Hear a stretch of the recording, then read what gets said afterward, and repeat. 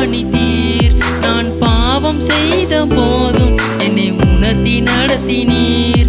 உம்மை நோகடித்த போதும் கிருபையால் மன்னித்தீர். என்னை விட்டு கொடுக்காதவர், என்னை நடத்துகின்றவர், என்னை பாதுகாப்பவர்.